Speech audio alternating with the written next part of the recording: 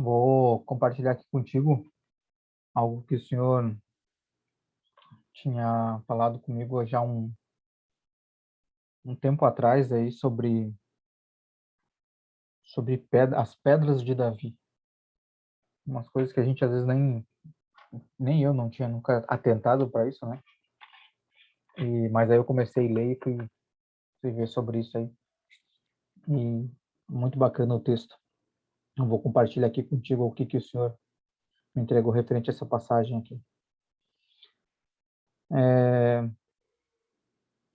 Então a passagem está lá em 1 Samuel, a partir do 16, capítulo 16.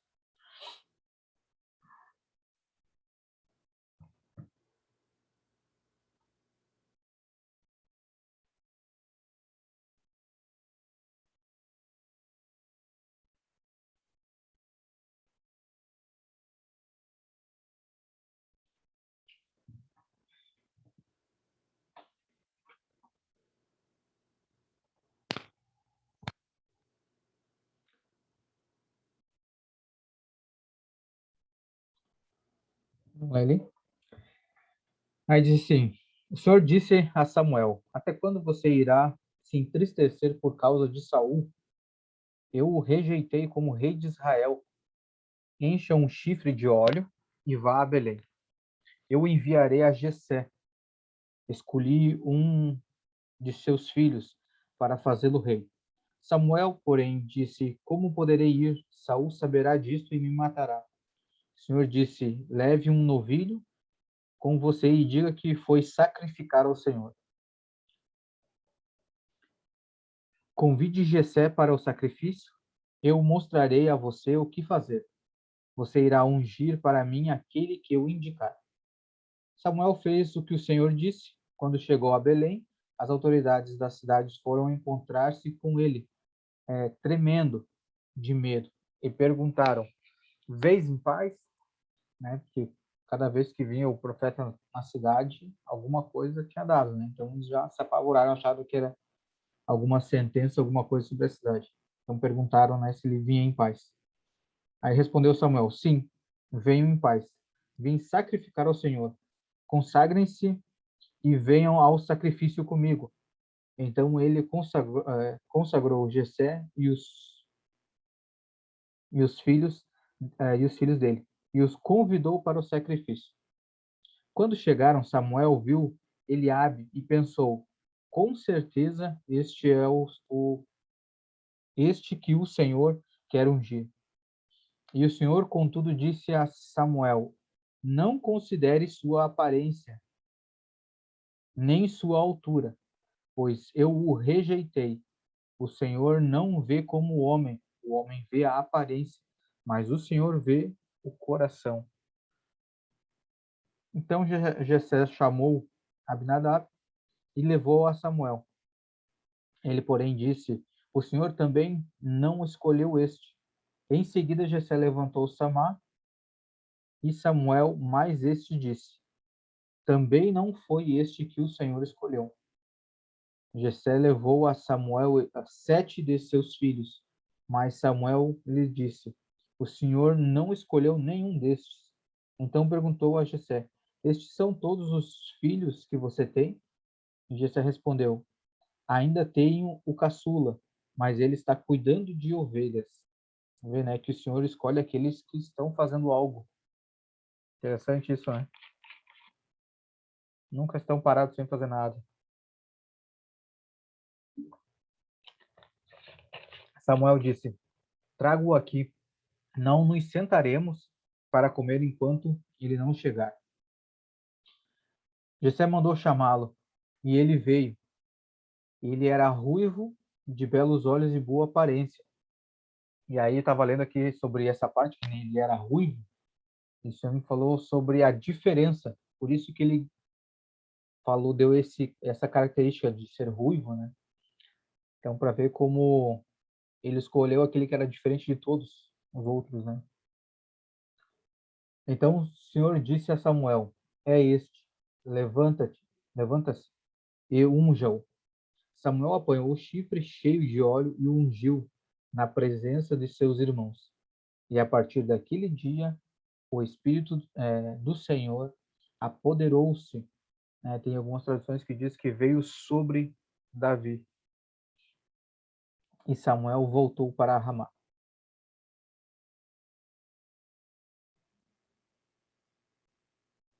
Vamos passar ali para agora o 17, capítulo 17, versículo 1.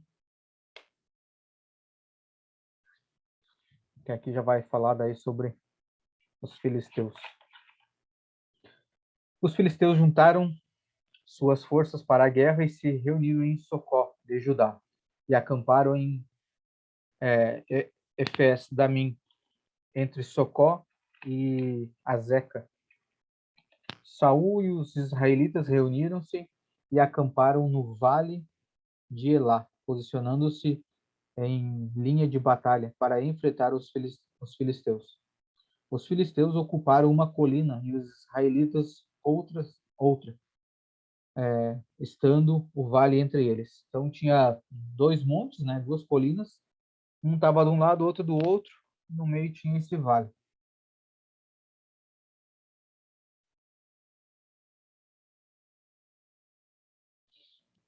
E aqui agora vamos dar a aparência de Golias, né, as características aqui.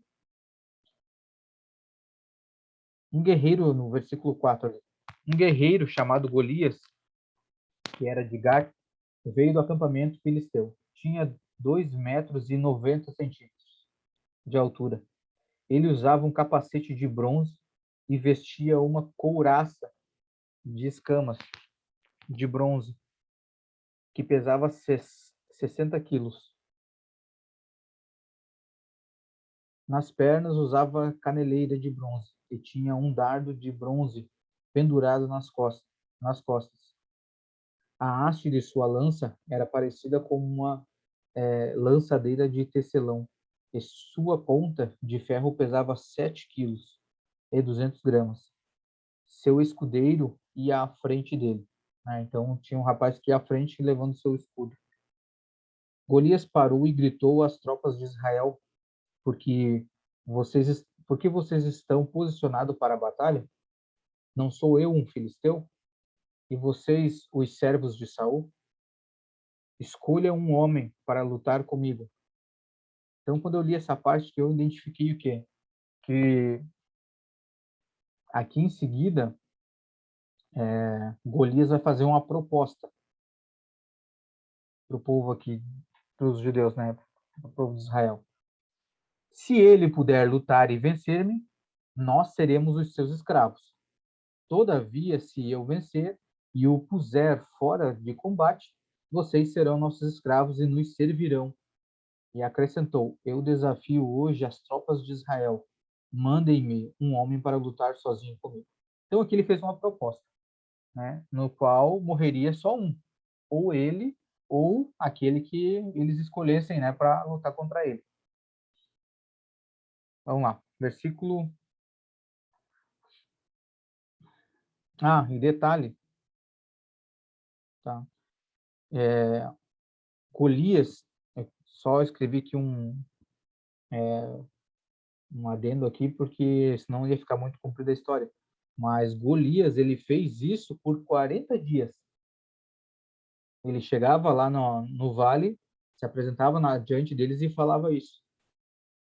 Chamava eles para a batalha, chamava que trouxesse um para lutar com ele. Ele fazia isso ao amanhecer, de manhã cedo, e ao anoitecer. 2 vezes por dia ele fez isso durante 40 dias. Aí no versículo 23 vai dizer assim: enquanto conversava com eles, Golias, o guerreiro filisteu de Gade, avançou e lançou seu desafio habitual. E Davi o ouviu.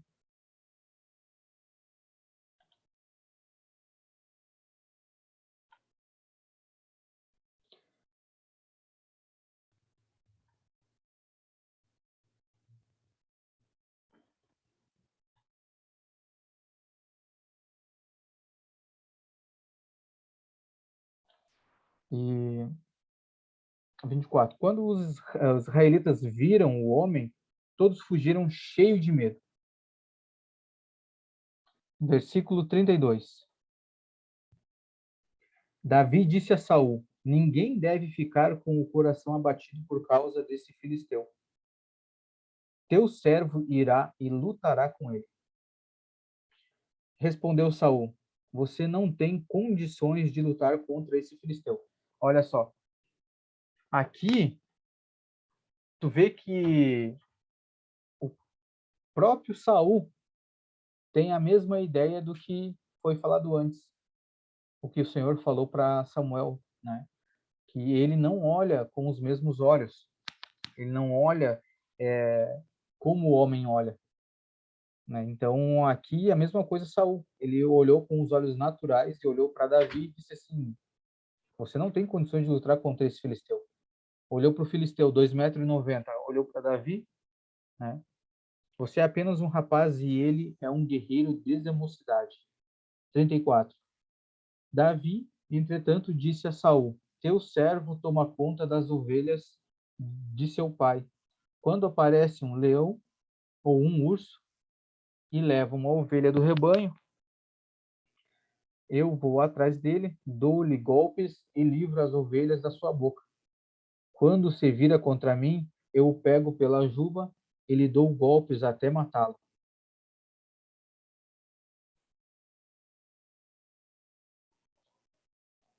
Teu servo pode matar um leão e um urso. Esse filisteu incircunciso será como um deles, pois desafiou o exército do Deus vivo. Então aqui já ficou bem claro, né? Quando... Só um pouquinho.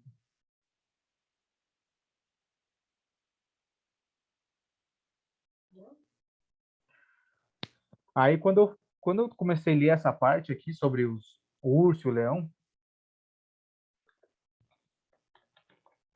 isso me traz muito ao coração o que a gente passa no nosso dia a dia, nas lutas, as provações, aquilo que a gente está passando, às vezes a gente não sabe para que é, por que está passando, por que às vezes tanta luta, por que tanta dificuldade. E aqui, nessa passagem, a gente consegue entender um pouquinho do porquê, né? Ele, um simples pastor de ovelha, cuidando, tendo ainda que livrar as ovelhas, né, de um leão e de um urso.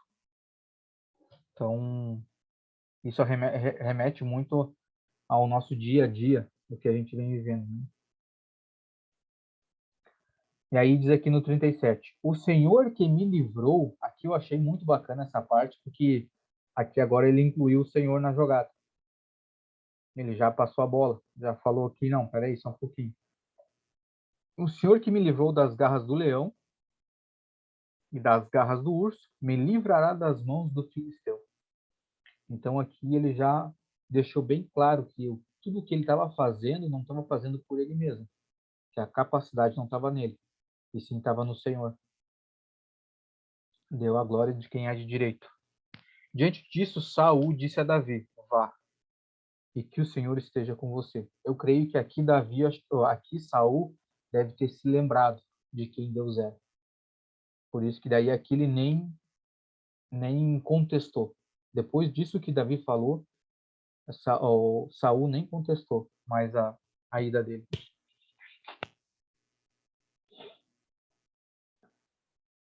Versículo 38.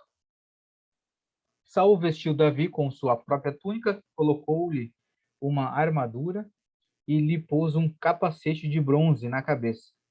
Então vê, ó.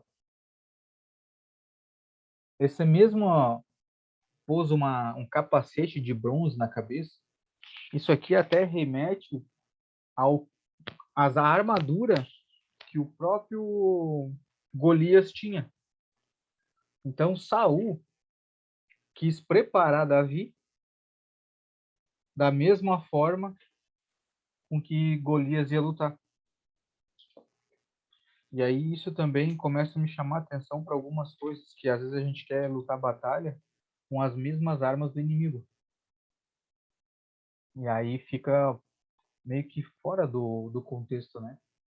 Porque o inimigo ele usa do quê? De mentira, de persuasão, de engano. Então, como é que eu vou lutar com essas armas? Armas de engano, armas de mentira. É incompatível, né? Não tem como. Então, isso traz, digamos, uma clareza que a gente não pode combater, né, o inimigo com as mesmas armas que ele usa, né? Aqui no versículo 17:5, aqui fala sobre, até eu acho que acabei não lendo aqui, mas ele fala aqui, ó, fala sobre Golias, né? E ele tinha um capacete de bronze sobre a cabeça e estava armado com uma capa encoraçada. E o peso dessa capa era de 5.000 shequéis de bronze. Então, aqui, ó, esse aqui era tudo que toda a armadura de Golias, né? E Saul quis preparar Davi da mesma forma. 39. Davi prendeu sua espada sobre a túnica e tentou andar, pois não estava acostumado com aquilo. Então tirou tudo aquilo. Aí, versículo 40 diz assim: E em seguida pegou o seu cajado, escolheu um riacho, 5 pedras lisas, colocou-as na bolsa, isto é, no seu alforje de pastor, e com sua atiradeira na mão aproximou-se do filisteu. E quando o Senhor me trouxe essa palavra, ele me trouxe justamente por conta dessas 5 pedras. E aí o Senhor me trouxe algumas coisas aqui referente a essas 5 pedras. Onde que essas 5 pedras a gente pode trazer como simbolismo os 5 ministérios. Os 5 ministérios que nós temos. De mestre, né? O pastoral, Diego,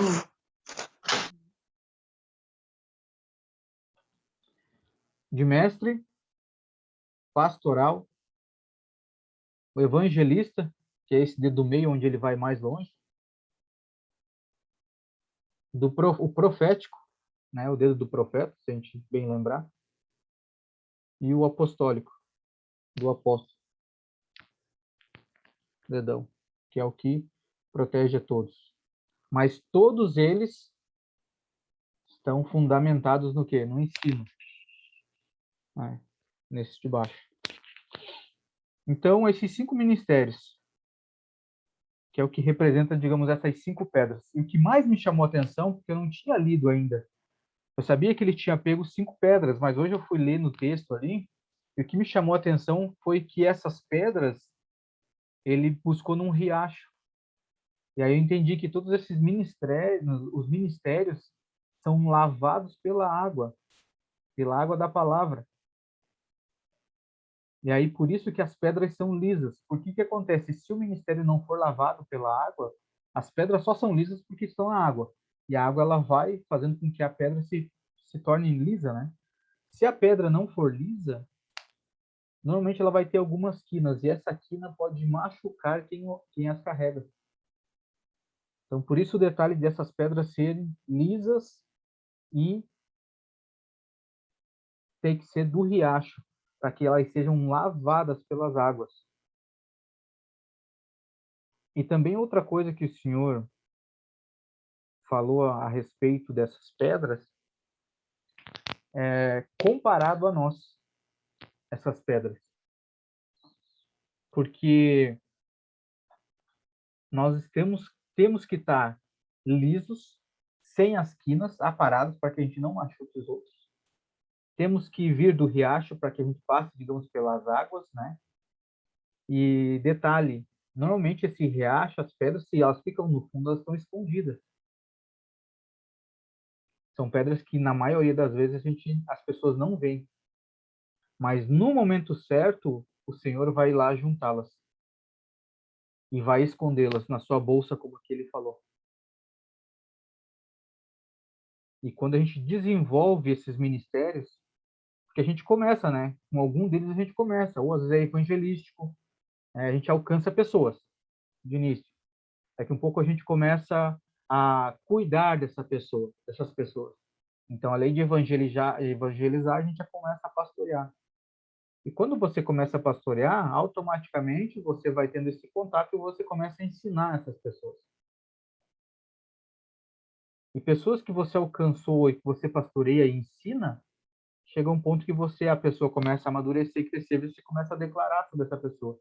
Você começa a desenvolver o seu profético também. Começa a determinar sobre a vida da pessoa.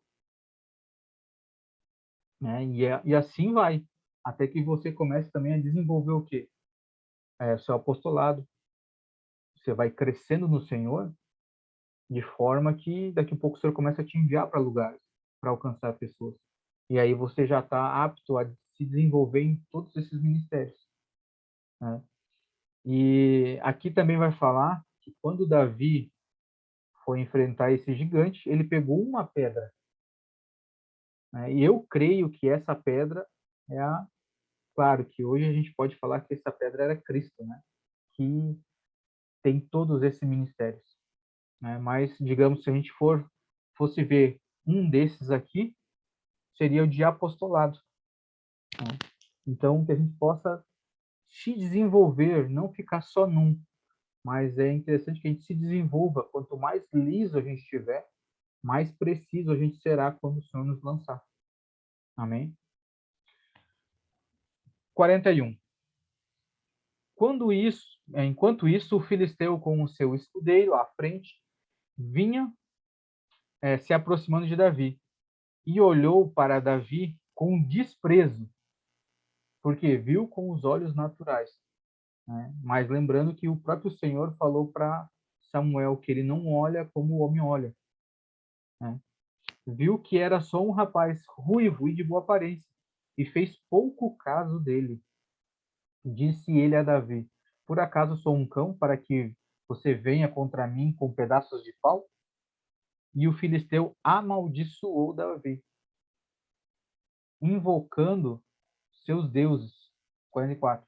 E disse: Venha aqui e darei a sua carne às aves do céu. Olha só. Disse: Venha aqui e darei a sua carne às aves do céu e os animais do campo. O que o filisteu fez aqui? Ele desdanhou Davi e prometeu alguma coisa para Davi, né? E antes, ali atrás, ele tinha feito uma proposta, no versículo 9. Ele fez uma proposta para Davi. Lembra que era um ou outro morrer. É aquele que morresse, a sua tribo iria servir a outra. Então, vamos lá.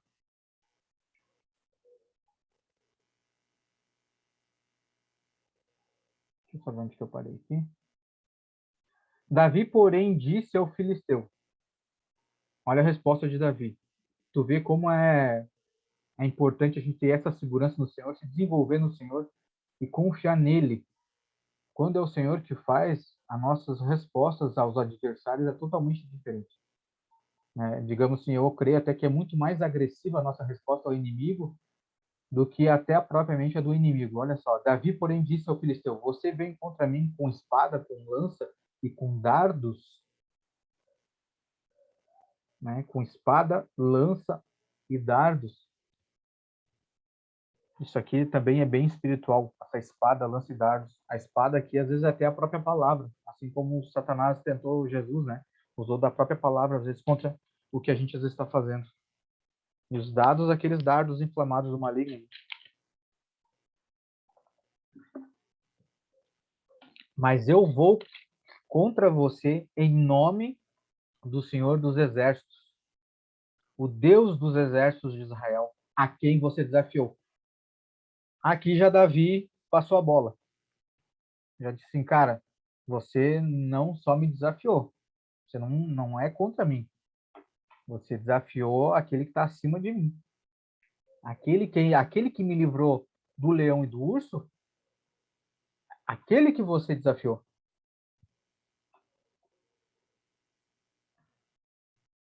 O Deus dos exércitos de Israel, a quem você desafiou. Aí, olha só, aqui, Davi não fez uma proposta. Davi fez uma declaração sobre a vida dele. 46 diz assim: Hoje mesmo o Senhor o entregará nas minhas mãos. E detalhe aqui, ele não fez uma promessa somente para o Golias. Ele fez para Golias para sua tribo. Então, enquanto Golias fazia uma proposta somente para ele, ele deu uma sentença tanto para Golias quanto para sua tribo. Hoje mesmo, hoje mesmo o Senhor o entregará nas minhas mãos. Eu o matarei e o cortarei sua cabeça. Hoje mesmo darei os cadáveres do exército filisteu às aves dos céus e os animais selvagens. Então, o que acontece é que Davi, além de ter dado a sentença a Golias, também disse: não vai ser só você. Nós vamos matar você, vou te cortar a cabeça e ainda os cadáveres do seu exército nós vamos entregar para as aves. Então, tu vê que ele não fez acordo. Ele deu uma sentença. Enquanto o inimigo veio querer fazer um acordo, ele só deu uma sentença porque ele confiava no Senhor.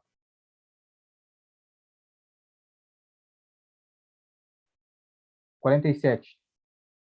Todos os que estão aqui saberão que não é por espada ou por lança que o Senhor concede vitória, pois a batalha é do Senhor, e ele entregará todos vocês em nossas mãos. Aqui eu até tinha deixado aqui, ó, Davi não fez proposta, como Golias no versículo 5. Davi fez uma promessa ou uma declaração. Aqui ele nos mostra também como enfrentar as batalhas, né? Os nossos inimigos, os nossos problemas do dia a dia. Talvez o que está faltando é isso, a gente não querer argumentar com o Senhor, querer fazer propostas, sim começar a declarar vitórias sobre aquilo que tem nos afrontado. Quando o filisteu começou a vir na direção de Davi, este correu para a linha de batalha para enfrentá-lo, tirando uma pedra de seu alforje, arremessou-a com a tiradeira e atingiu o filisteu na testa, de tal modo que ela ficou encravada e ele caiu dando com o rosto no chão. Também, então, essa passagem onde ele fala que ele retirou da sua bolsa essa pedra, o que o Senhor falou a respeito de nós. Que muitas vezes a gente acha que parece que não está acontecendo nada, que a gente não vai se desenvolver, que a gente não sabe quem a gente é no Senhor, que a gente não sabe o que vai fazer. Mas às vezes a gente está nessa fase aqui, ó, a gente está escondido na bolsa. Para que quando o Senhor precisar nos lançar, a gente vá direto ao alvo. Só que a gente tem que passar por aquele processo de estar liso. Então, vamos a seguir que isso também o Senhor me falou outra coisa a respeito dessas pedras. Assim Davi venceu o filisteu com uma tiradeira e uma pedra. Sem espada na mão, derrubou o filisteu e o matou. Davi correu, pôs os pés sobre ele e, desembaiando a espada do filisteu, pegou a espada do próprio filisteu, acabou de matá-lo, cortando-lhe a cabeça. E a gente sabe que aqui a cabeça, a gente sabe que fala aqui sobre autoridade, né?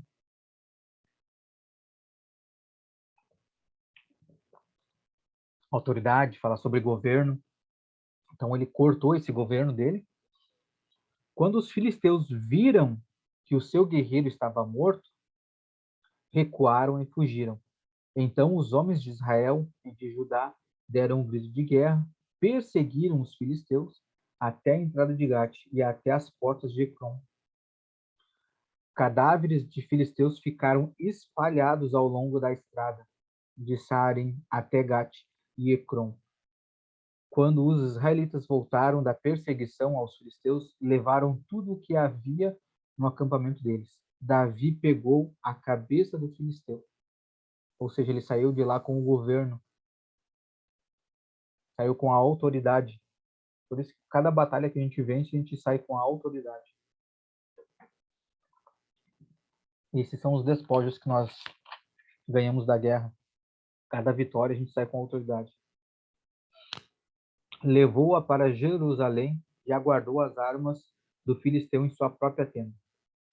Quando Saul viu Davi avançando para enfrentar o filisteu, perguntou a Abner, o comandante do exército: Abner, quem é o pai daquele rapaz?